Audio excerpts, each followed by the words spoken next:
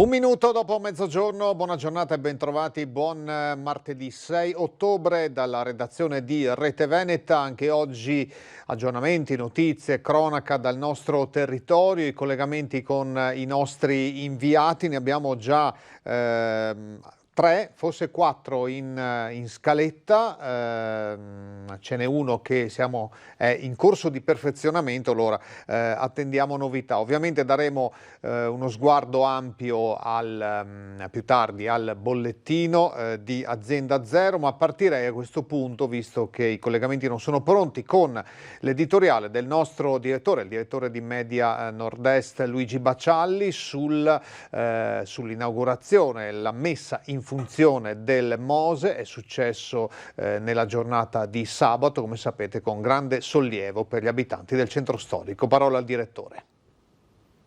Buonasera, qualche riflessione sul Mose a bocce ferme, anzi diciamo a dighe mobili ferme, dopo quanto è accaduto sabato, finalmente dopo anni di attesa, il sollevamento di queste grandi paratoie e Venezia che è rimasta all'asciutto. Intanto vorrei fare un blob di tutte le dichiarazioni e le interviste che abbiamo fatto negli ultimi anni, anche recentemente, con coloro che dicevano il Mose non funzionerà mai. Un dato di fatto è che invece ha funzionato e ha smentito tutto questo pessimismo, questo catastrofismo. Ovviamente bisognerà vedere d'ora in poi come sarà attivato, quando sarà attivato. Ci sono già polemiche perché oggi Piazza San Marco si è allagata, perché il Mose sale solo con i 130 centimetri di acqua alta. Insomma, siamo abituati a polemiche anche molto strumentali e molto politiche e poco obiettivo. Vorrei dire che intanto sabato non è stato un giorno storico, hanno detto è stato un giorno storico, no, è stato un giorno normale, storico, è stato il ritardo con cui questa opera è stata messa in funzione. Dopo tutti i soldi che sono stati spesi, 5, si dice addirittura 6 miliardi, dei quali molti sono stati rubati dai ladroni.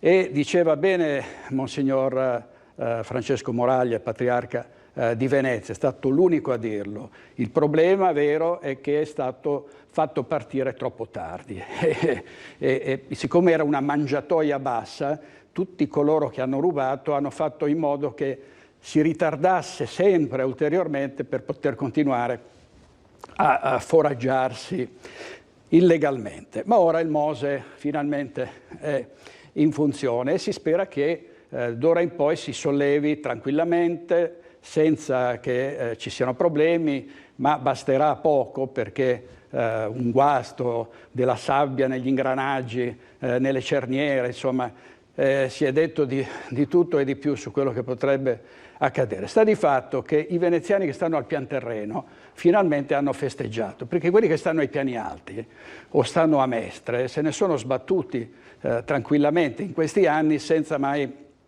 auspicare che il Mose funzionasse, anzi dandoci contro. Gli stessi veneziani del centro storico hanno poche volte auspicato l'inizio di questa opera gigantesca di ingegneria idraulica che tutto il mondo ci invidia. Allora a questo punto il Mose finalmente ha funzionato, facciamo in modo che continui a funzionare e che possa proteggere Venezia in qualsiasi situazione. Certo, ci saranno momenti in cui le acque alte saranno eccezionali come quella dell'1,87, ci saranno momenti difficili, la manutenzione costerà moltissimo, ma quanti soldi vengono buttati in questo Paese? Noi speriamo di avere i 209 miliardi del Recovery Fund. Come saranno investiti, visto lo sperpero di risorse che c'è stato finora su molti versanti? Allora speriamo che funzioni definitivamente, che Venezia resti all'asciutto come in queste immagini. Guardate, Piazza San Marco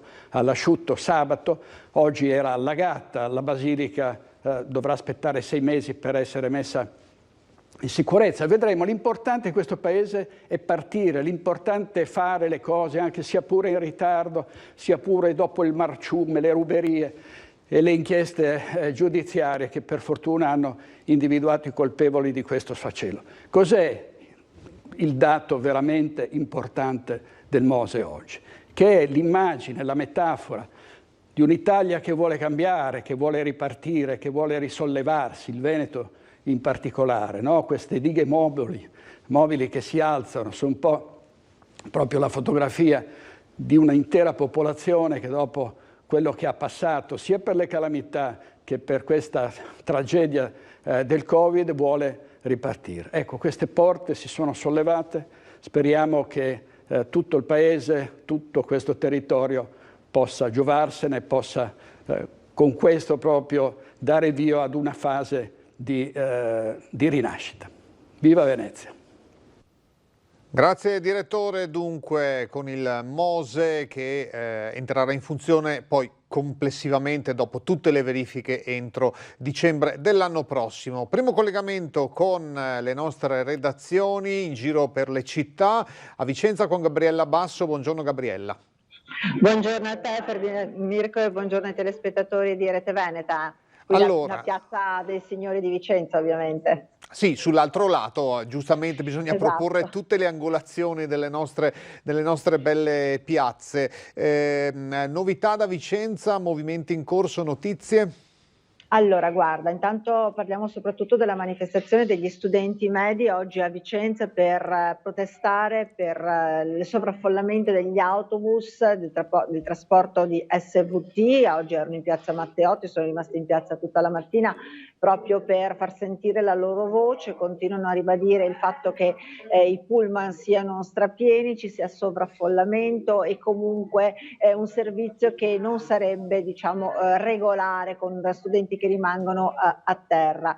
Queste sono alcune, questa è praticamente la cosa di oggi per quanto riguarda gli studenti e il trasporto pubblico. Parliamo anche di Covid e di scuole perché è partita oggi l'USL, diciamo il gruppo di sanitari che vanno a tamponare nelle scuole, perché sono complessivamente 8 oggi i casi di soggetti, di ragazzi positivi all'interno delle scuole che vengono tamponati, i compagni ovviamente, che verranno tamponati lì sul posto direttamente da questo gruppo di sanitari dell'USL. Sono 5 scuole di Vicenza e 3 invece della provincia. Notizia invece positiva per quanto riguarda l'IPAB Scalabrin di Arzignano, che è una casa di riposo appunto per anziani, dove sono risultati tutti quanti negativi i tamponi. Questa è un'altra notizia molto importante, soprattutto di questi tempi in cui si parla anche un attimo del nuovo DPCM che prevede l'introduzione, cioè l'allargamento dell'uso della mascherina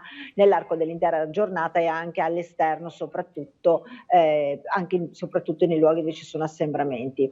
Ecco Gabriele, volevo tornare sul tema trasporti, che sappiamo essere molto caldo non solo a Vicenza ma anche in altre città del Veneto. Hai la sensazione che ci siano più studenti che prendano l'autobus oppure che ci sia maggiore sensibilità nei confronti degli assembramenti sui mezzi? Beh, guarda, fondamentalmente siamo partiti con l'anno scolastico in cui SVT aveva una riduzione del 40% degli abbonamenti annuali.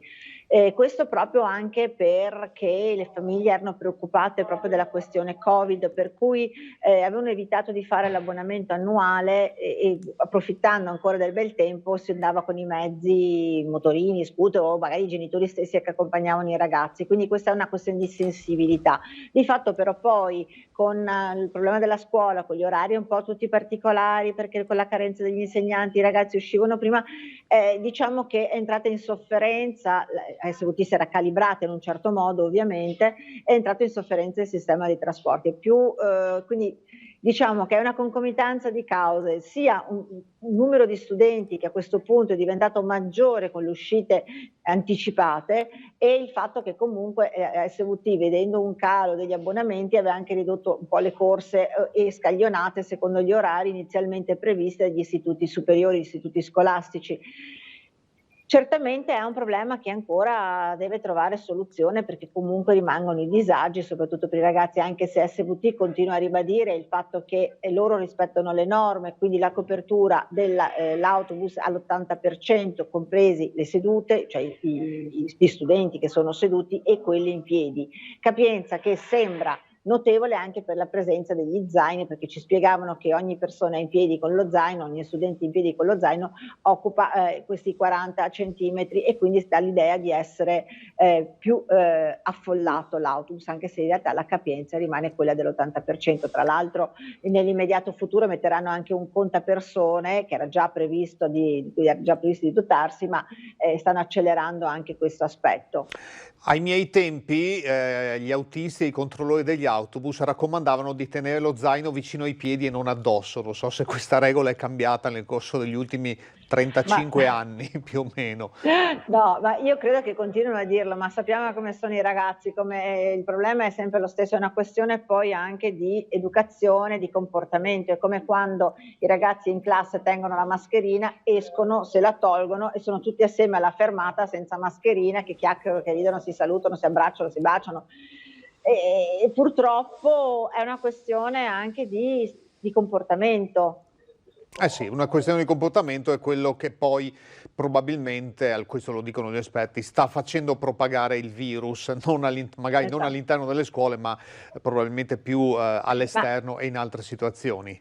Guarda, poi tra l'altro oggi c'era l'apertura dell'anno accademico della scuola di infermieristica di Vicenza, e abbiamo parlato un po' sia col direttore sanitario che col direttore generale proprio di questa tra virgolette nuova ondata, insomma, di contagi. E per quanto riguarda l'USL 8 Berica, al momento di fatto sì, ci sono stati dei momenti in cui le pneumologie piuttosto che rianimazione sono state piene di pazienti, ma non ci sono ricoverati gravi in terapia intensiva al momento. Però dice, sono pieni in pneumologia e rianimazione da soggetti positivi al Covid, come è piena per esempio il reparto di cardiologia, di cardiochirurgia. Insomma, al momento la situazione non è così drammatica, almeno nel Vicentino, e soprattutto si hanno tanti casi positivi perché sono tamponate le persone, cioè tamponate è un brutto termine, però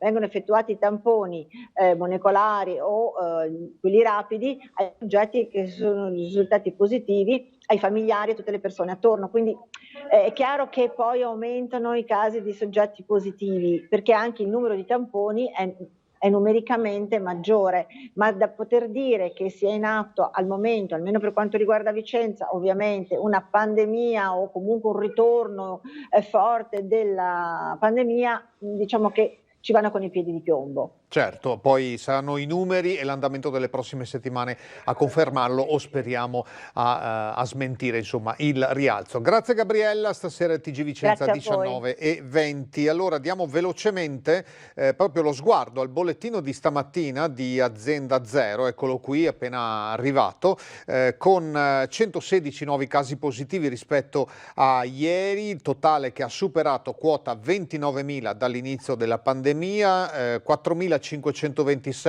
attualmente positivi, 2.198 i deceduti. Vediamo il dato dei ricoveri, appena parlato Gabriella, ricoveri che sono in leggero calo per quanto riguarda le terapie intensive, ma purtroppo il calo da 29 a 26 è dovuto, credo di capire se interpreto bene la tabella, ai decessi che sono 3. C'è un leggero calo anche per quanto riguarda il totale dei ricoveri in area non critica. Siamo attualmente a 208 positivi più 67 negativizzati, che però rimangono in ospedale in attesa di poter uscire. Questo dunque il quadro di Azienda Zero. Parleremo ancora di virus, ma anche di cronaca dal nostro territorio con altri collegamenti. State con noi.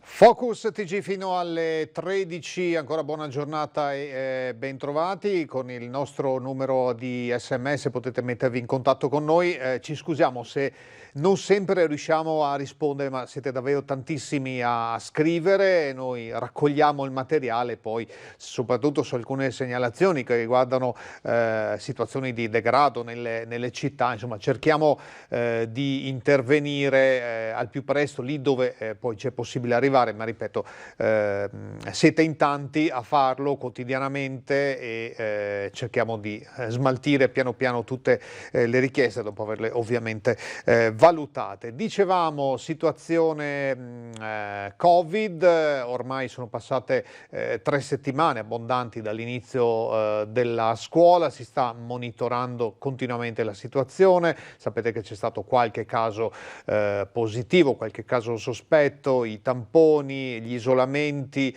situazioni che vi abbiamo raccontato nei nostri TG. Allora, dalla direzione generale dell'ULSS 7 di Pedemontana, di Bassano, abbiamo in collegamento Chiara Gaiani insieme al commissario della stessa azienda sanitaria Bortolo Simoni per alcune importanti novità. Quindi cedo subito la linea a Chiara Gaiani.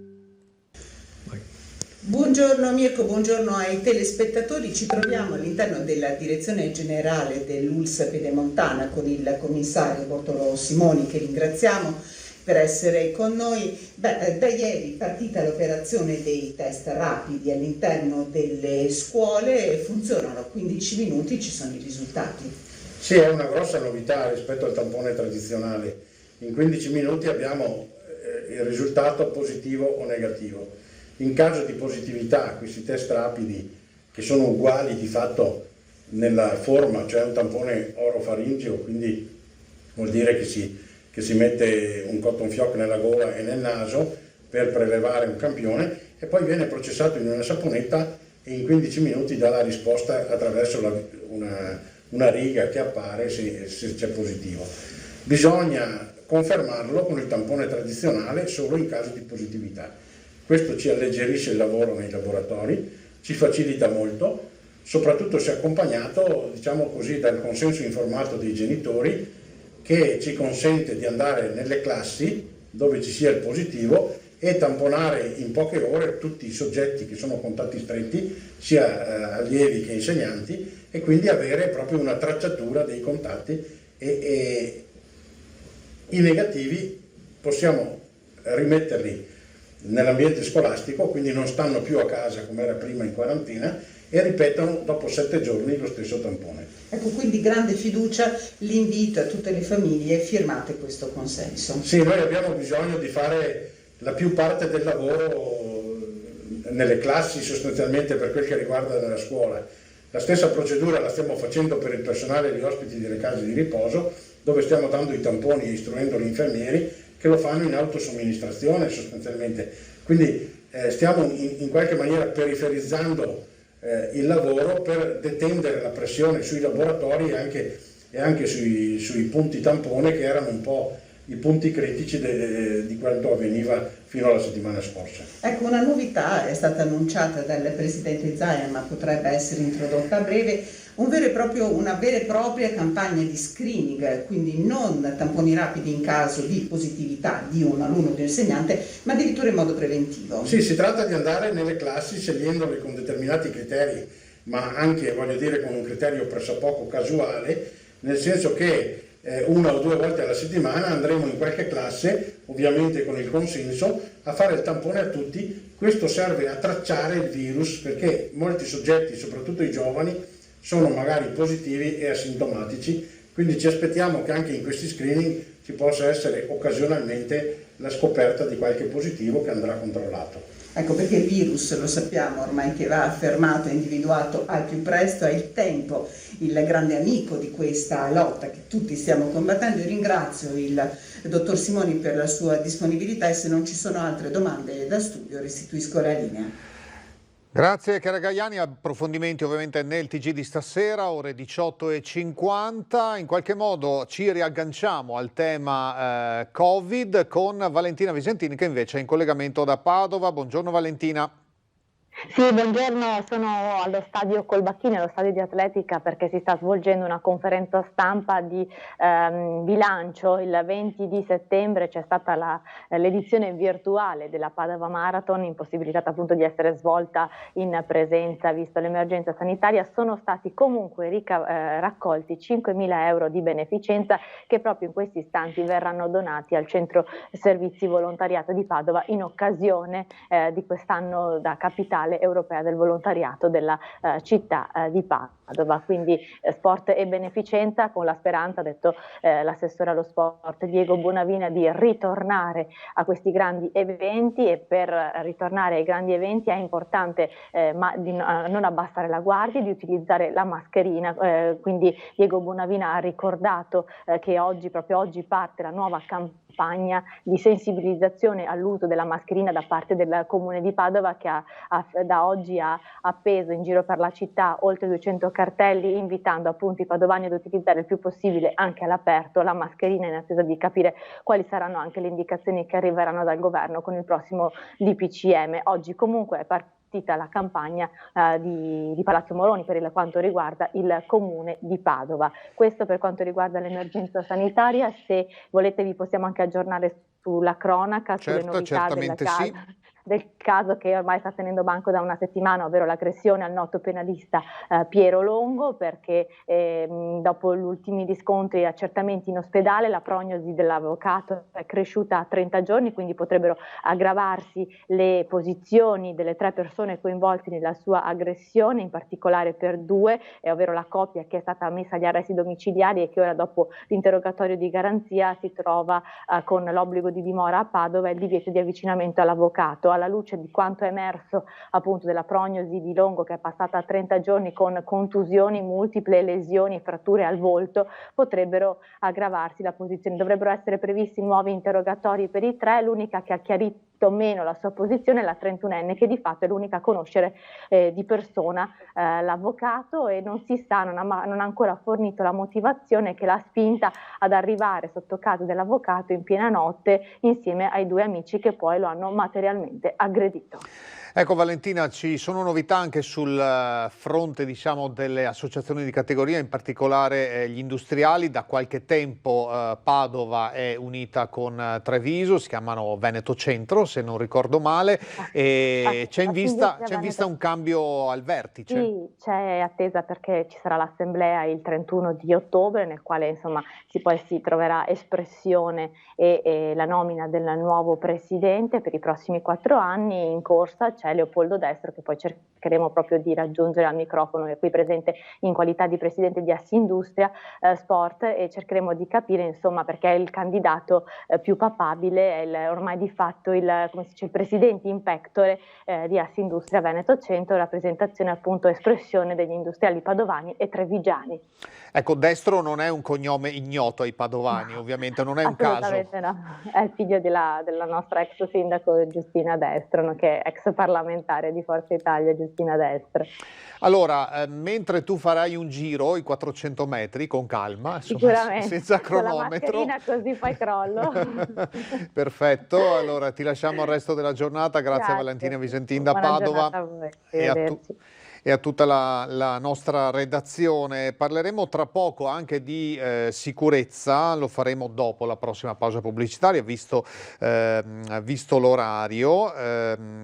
Allora, abbiamo parlato, l'ha fatto il direttore in apertura, del Mose, è entrato in funzione con tutti gli occhi del mondo puntati appunto sulla laguna. Diamo la notizia che intanto continua il pagamento dei risarcimenti ai veneziani danneggiati dall'acqua grande. È passato meno di un anno, novembre 2019. Ci sono 3.219 soggetti interessati per un totale di oltre 19 milioni di euro.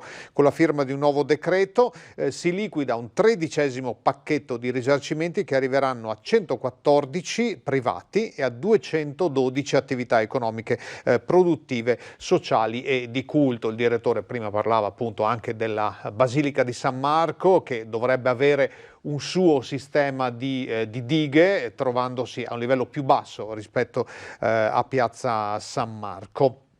Dunque, torniamo a un dettaglio sul dettaglio provinciale del bollettino di Azienda Zero, così poi ognuno di voi che ci segue da territori diversi ha idea di come sta il suo territorio. Allora, la terza colonna, che è questa, i casi attualmente positivi, c'è una sola provincia che è sopra quota 1000 ormai da qualche giorno, è la provincia di Treviso, 1036 casi. Treviso era risalita sopra 1000 all'inizio di settembre. settembre con i casi della caserma Serena e dello stabilimento AIA di Vazzola, poi la situazione si era più o meno normalizzata o comunque attenuata, adesso si è tornati sopra quota 1000, ma non va meglio nel veneziano, 862, sono in crescita di 25 rispetto a ieri pomeriggio. Verona, che è numericamente comunque uno delle province più colpite, 770 attualmente positivi, a Vicenza 555, a Belluno 250, c'è stata l'impennata, anche una vittima in Comelico nelle ultime ore, Rovigo 103 è la situazione più tranquilla, poi Padova, abbiamo saltato Padova, nella riga sono 615, 0 nel cluster dei domiciliati del comune di Vo, che fa un po' conteggio per conto suo fin dall'inizio, insomma dalla fine di febbraio. Ci sono 247 persone domiciliate fuori Veneto e 88 di cui l'assegnazione è ancora in corso. Totale 4.526, un dato che è in crescita. Adesso vi mostro anche il grafico che non è aggiornato, ma vi dà l'idea della curva. Eccolo qui, è aggiornato ieri pomeriggio, insomma immaginate che sia ancora leggermente più alto. Ecco, questa è la tendenza. Un conto è dire i numeri giorno per giorno, un conto poi è vedere anche il recente passato. Qui partiamo dal 23 di agosto e arriviamo appunto a ieri pomeriggio, oggi con un ulteriore rialzo. La maggior parte, come sappiamo, sono asintomatici, la situazione dei ricoveri è sotto controllo, pur in crescita, in lieve crescita, e vediamo se queste campagne di tamponi continui e di isolamenti fiduciari funzioneranno, e speriamo che funzionino, ovviamente in attesa del vaccino che è annunciato per l'inizio del 2021, ma inizio potrebbe non essere gennaio, magari febbraio o forse più ancora marzo. 12:30, l'ora puntuali con la seconda pausa pubblicitaria. State con noi.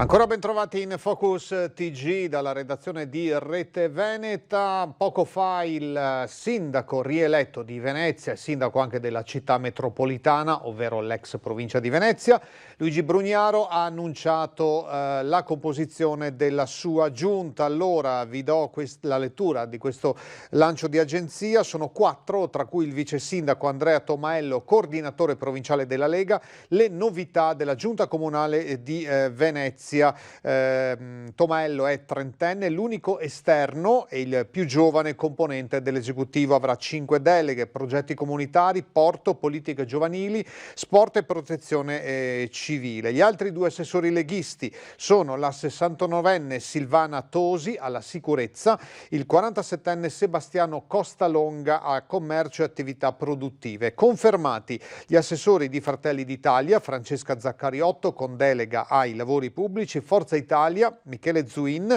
al bilancio. Per la lista Brugnaro Fucsia, primo partito in città, gli assessorati sono 5 con una novità. Si tratta di Laura Besio, spero di aver messo l'accento giusto, con delega ai servizi al cittadino, politiche educative e personale. Confermato Simone Venturini alla coesione sociale, con l'aggiunta anche del turismo. Confermata Paola Mar, che avrà come novità la delega al patrimonio, Massimiliano De Martin, urbanistica e ambiente, e Renato Boraso a mobilità e infrastrutture. Il sindaco Brugnaro ha scelto anche 5 consiglieri delegati, 4 della lista Brugnaro, 1 della Lega. Sono l'ex assessore Paolo Romor, avvocatura civica, Alessandro Scarpa Marta, rapporti con isole e pesca, Enrico Gavagnin, sicurezza urbana partecipata, Paolino Danna, rapporto con i cittadini, Giovanni Giusto, tutela delle tradizioni. Buon lavoro dunque alla nuova, con molte novità appunto, nuova giunta comunale di Venezia. Veniamo al Bassanese con la cronaca, un diverbio familiare che ha rischiato di trasformarsi in tragedia. È successo a Solagna sabato sera, lo zio ha sparato alla nipote perché lei avrebbe parlato male di lui. È agli arresti domiciliari con l'accusa di lesioni personali aggravate e detenzione illegale di arma da fuoco clandestina un 66enne di Solagna che sabato, al termine di una violenta discussione con una nipote, ha esploso alcuni colpi di pistola verso di lei. Le pallottole calibro 22 di una pistola con matricola a brasa hanno però colpito un 64enne, conoscente della donna, che si era frapposto fra lei e lo zio. L'uomo ha riportato alcune ferite al braccio e alla schiena, giudicate guaribili in 8 giorni. Nel corso dei controlli effettuati dai carabinieri di Solagna e Bassano è stato rinvenuto anche un silenziatore e le munizioni dell'arma. Il fratello dell'arrestato, 61enne, è stato deferito a piede libero per concorso in detenzione illegale di arma da fuoco clandestina. I bassanesi in queste ore avranno notato un elicottero circolare sulla città. Ebbene, in collegamento dal Parco Ragazzi del 99, meglio conosciuto anche come Prato Santa Caterina, luogo spesso purtroppo di vandalismi e danneggiamenti, abbiamo la nostra Angelica Montagna proprio vicino all'elicottero che ci spiega che cosa è successo, cosa sta succedendo.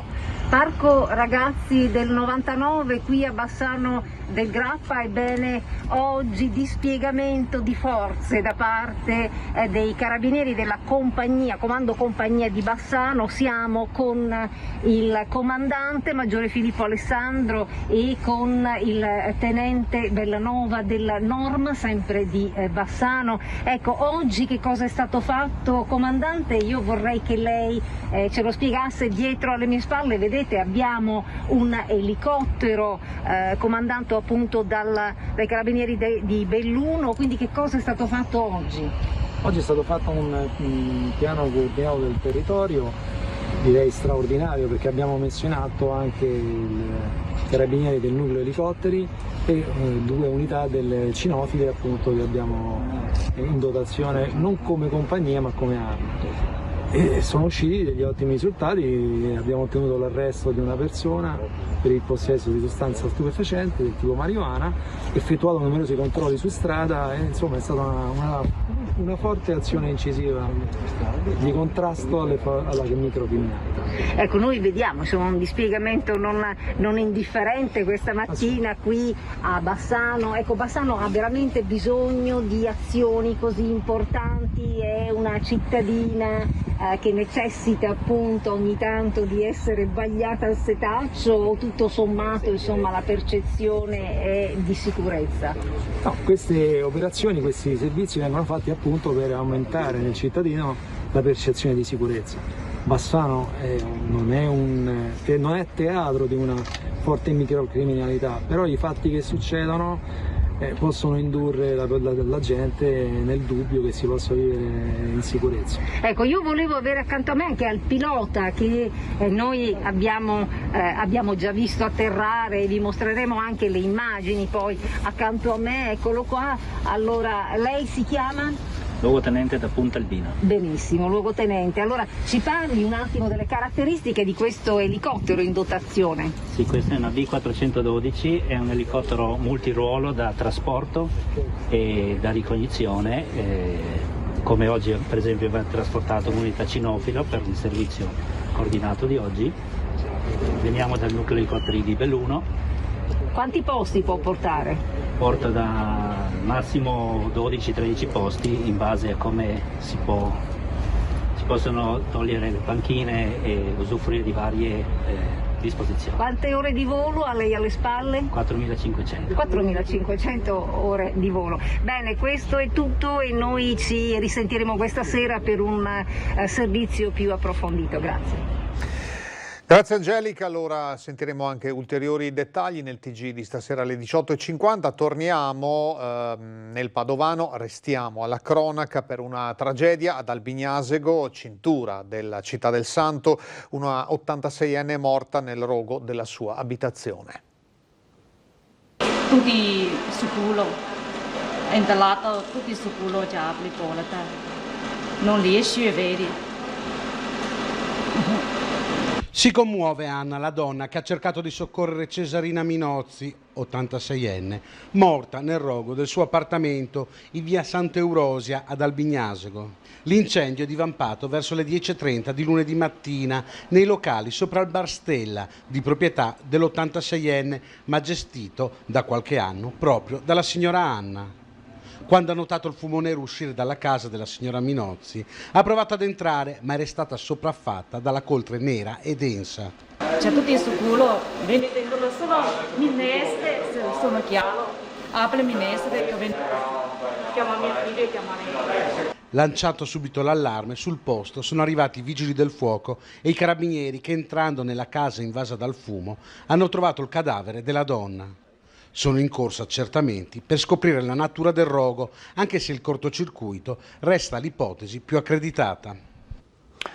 Andiamo a Vo, la prima zona rossa del Veneto ai tempi della pandemia, un mese ormai dalla ripresa delle elezioni, e le scuole vincono la battaglia contro il coronavirus. Il primo comune d'Italia a aver avuto un morto per pandemia traccia un bilancio positivo dei giorni in aula, iniziati per loro in anticipo il 7 settembre, scanditi una settimana dopo dalla presenza del capo dello Stato Sergio Mattarella e della ministra dell'istruzione Lucia Azzolina. Su 650 alunni della scuola dell'infanzia, scuola elementare e scuola media, sono 50 gli studenti che hanno dovuto sottoporsi a tampone nell'ultimo mese. Tra questi non risulta alcun contagio da Covid, nessuna classe è stata isolata. Oltre a quella sanitaria, Vo dunque vuole superare a pieni voti anche la gara della solidarietà. Il dirigente Alfonso D'Ambrosio ha preso contatti con alcune scuole del sud Italia, in particolare della Campania, per regalare banchi dismessi ma ancora utilizzabili. E dunque solidarietà a pieno regime tra il Padovano e la Campania, nel segno della coesione nazionale che il Capo dello Stato più volte invoca da tutti. Ultima pausa pubblicitaria, ancora Focus Digi, tra poco, state con noi.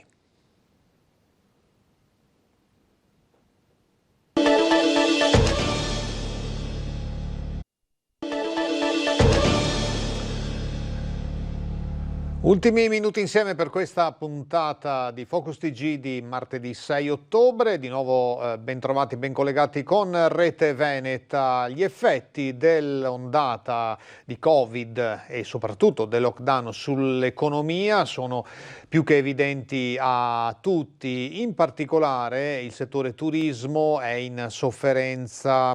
Ci sono stati cali, in particolare in Veneto, la regione col maggiore afflusso di turisti, poi la Sicilia, la Toscana, la Lombardia e il Lazio. Queste le 5 regioni purtroppo in testa a questa classifica. Il Veneto avrebbe ridotto gli arrivi di 9.300.000 presenze, meno 63% rispetto all'anno scorso, anzi gli arrivi 9,3 milioni, le presenze 35,6 milioni in meno, 65% di calo rispetto all'anno scorso.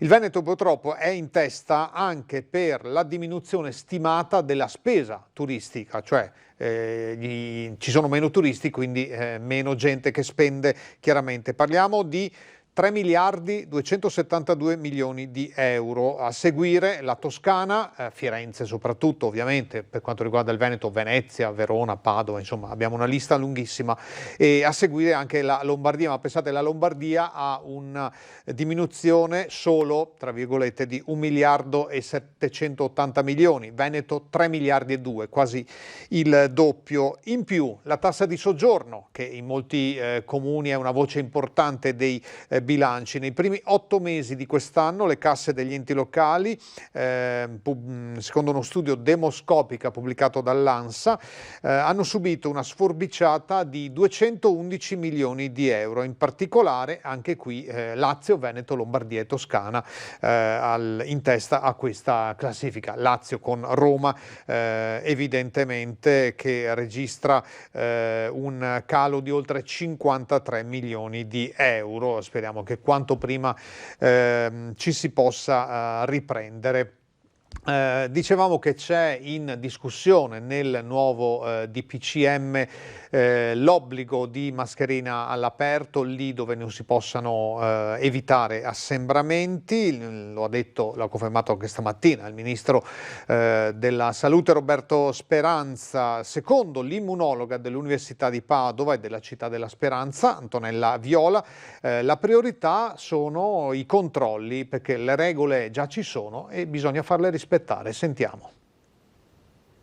Bisogna fare i controlli sia appunto nelle strade, nei mercati, dovunque ci sono situazioni in cui c'è assembramento, così come dentro i locali. Invece di punire tutti bisognerebbe essere molto fiscali con chi le regole non le rispetta. Più controlli e più severità nei confronti di chi non rispetta le regole. Per l'immunologa Antonella Viola è questa la via da percorrere prima di arrivare ad imporre l'uso della mascherina all'aria aperta anche di giorno. Da un punto di vista scientifico, usare la mascherina quando si è all'aperto e non c'è assembramento non ha molto senso, perché naturalmente il contagio, perché avvenga, ha bisogno che ci sia una densità di popolazione. Tuttavia è molto utile la mascherina nelle zone in cui l'assembramento c'è, in cui la distanza non si può mantenere. Quindi questo è quello che dice la scienza. Poi la decisione è politica. Se non si riesce a far rispettare la regola che già c'è e che dice che la mascherina va utilizzata anche all'aperto ogni volta in cui non c'è possibilità di distanziamento, ma si pensa che sia più semplice far applicare una regola generale dicendo mascherina per tutti, va bene, ne prendiamo atto. Però onestamente sarebbe meglio far rispettare le regole e lasciare alle persone che vogliono farsi una passeggiata nel parco in solitaria la possibilità di farlo. Certo, stiamo vivendo una fase delicata, l'impennata dei contagi, l'arrivo dell'autunno. Per questo i controlli devono essere massicci e soprattutto ci deve essere il buon senso della gente. Se ci troviamo ad una fermata dell'autobus e ci sono assembramenti, la mascherina va usata, così come in un mercato, in una piazza affollata dove il distanziamento non si riesce a mantenere, dice la professoressa Viola. Noi abbiamo avuto un primo salto durante agosto, no? In cui il numero dei contagi si è alzato, ci siamo tutti allarmati, ma poi si è mantenuto abbastanza stabile, diciamo è salito molto gradualmente. Adesso io mi auguro fortemente che siamo di nuovo in una situazione del genere, cioè che possiamo stabilizzarci verso un livello più alto di prima, però comunque stabile. Se così non fosse sarebbe estremamente preoccupante, però non possiamo dirlo in questo momento, dobbiamo ancora aspettare qualche giorno. Nelle scuole il virus entra ovviamente, perché entra ovunque, è in circolazione, quindi è normale che una persona, se è positiva, lo porta a scuola, però non sono le scuole dove avvengono i contagi. In questo momento i contagi avvengono prevalentemente in famiglia e nei luoghi di lavoro o di divertimento. La scuola per il momento sembra essere meno colpita. Vedremo gli sviluppi allora con questa opinione della professoressa Viola. Parliamo anche di rincari di bollette luce e gas, sono entrate in vigore con il 1° di ottobre. Ogni 1° di ottobre, ogni 3 mesi ci sono gli aggiornamenti dei prezzi, è normale che a ridosso dell'autunno ci sia un rincaro, però abbiamo sentito alcuni vicentini che sono arrabbiati per questi nuovi aumenti che vedremo in bolletta a breve. Il rincaro delle bollette mi sembra di sentirlo ogni anno alla fine, non è una novità. Anche se la cosa che mi dà più fastidio, perché la guardavo proprio ieri che mi è arrivata, ci sono i costi fissi delle bollette, perché io ho per esempio, adesso non ricordo di preciso, ma 30 euro di utilizzo dell'energia e 70 di costi fissi, tasse, cose varie. E questa è la cosa che mi dà più fastidio, perché non capisco cosa sto pagando effettivamente. Ecco. 15 a luce, 11% il gas, cioè è scandaloso, in questo periodo è scandaloso, la gente non arriva a fine mese, siamo qua costretti a pagare cose che dovrebbero loro darci una mano, giusto? Sta aumentando tutto più che altro, siamo arrivati ormai alla rovina, non so cosa non stia aumentando onestamente, cioè ci stanno prosciugando, quindi credo che se continueremo così non siamo ormai arrivati alla frutta, siamo sottoterra proprio nel senso vero della parola. I prezzi mondiali sul gregge si abbassano, quindi non sono giustificabili questi aumenti per me. Non dovrebbe essere in questo periodo, in questo momento di crisi e di sofferenza per tante famiglie senza lavoro, botteghe che chiudono e negozi che non hanno la forza per andare avanti. Quindi mi sembra che bisognerebbe veramente riguardare un po' tutto. È una vergogna, è uno schifo. Io non so più cosa dire, perché i nostri poveri ragazzi non trovano lavoro e vanno tutto a pesare su noi. Sicuramente non è una buona notizia. Ma quest'anno peggio degli altri anni, nel senso che in autunno c'erano sempre stati gli aumenti, no? Delle tariffe, ormai eravamo abituati, ma quest'anno sono a doppia cifra. Come a doppia cifra? 15%, 11%. Ah, quindi ancora peggio, malissimo. Ma è peggio di così, cosa vuole? E si paga? Purtroppo sì, o si resta senza luce, senza gas. Si va a vivere in mezzo alle montagne, che forse è meglio. Oppure come tanti anni fa, quando la nonna e i genitori ci dicevano spegni la luce, così risparmiamo, accendine poco, e questo nonostante le lampadine a risparmio energetico. Parliamo di sicurezza stradale con una buona notizia che riguarda una delle strade più martoriate dagli incidenti, che è la strada del Costo, una delle principali che sale o scende, se preferite, dall'altopiano di Asiago. Le nuove telecamere della provincia hanno indotto a ridurre la velocità e diminuendo anche gli incidenti. Cogollo del Cengio. Gli incidenti stradali gravi lungo la strada del Costo si sono ridotti del 50% dopo l'installazione delle telecamere del progetto Sicurezza. Un successo dell'iniziativa Varchi Elettronici della provincia di Vicenza, che dal 22 febbraio, giorno dell'installazione delle apparecchiature, ha documentato 1014 violazioni per eccesso di velocità lungo i tornanti che portano all'altipiano. Prossimo passo è l'installazione del sistema Tutor, che consentirà di monitorare anche le velocità medie dei veicoli per tutto il tragitto. Sempre prudenza alla guida rispetto delle regole, anche in questo caso, non solo le regole della mascherina, ma le regole del codice della strada. Allora, con questa notizia noi chiudiamo l'appuntamento di pranzo del nostro Focus TG. Vi diamo appuntamento alle 18:50 per l'edizione di Bassano, alle 19:20 per il TG Vicenza. A voi tutti, grazie per l'attenzione, buona giornata.